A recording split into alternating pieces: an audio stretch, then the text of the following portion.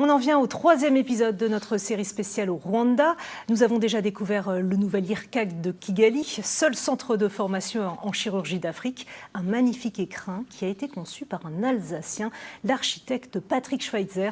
Rencontre signée Marie Edman et Xavier Gannet.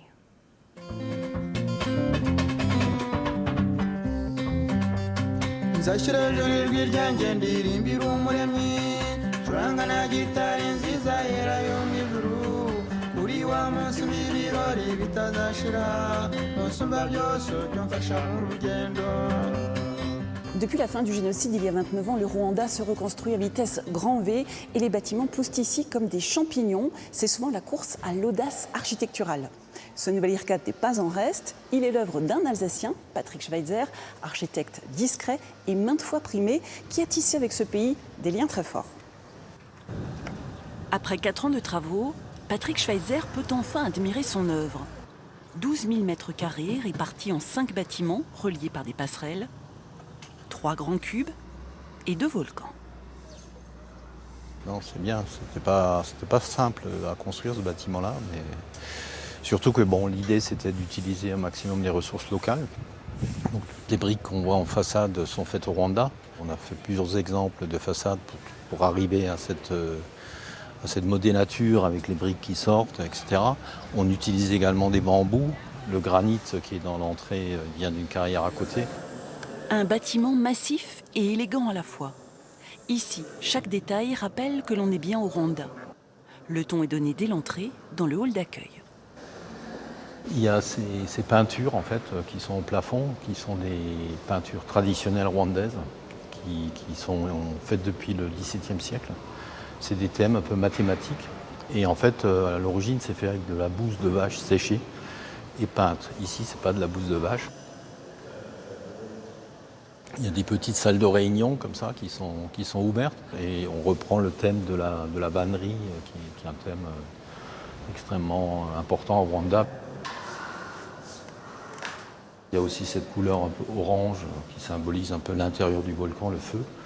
Et donc ces volcans, en fait, comme le terrain est en pente, donnent sur un paysage qui est absolument magnifique, qu'on voit derrière. Patrick Schweitzer n'était pas sur les rangs à l'époque.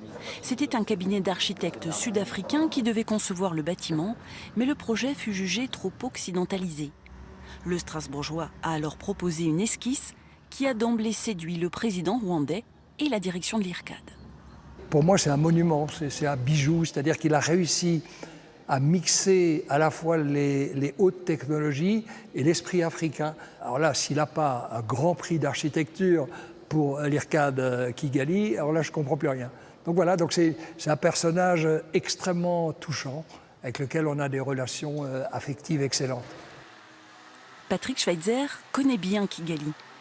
En 2012, c'est lui qui a dessiné l'École nationale d'architecture, située sur la colline du Kist, le campus universitaire dédié aux sciences et technologies.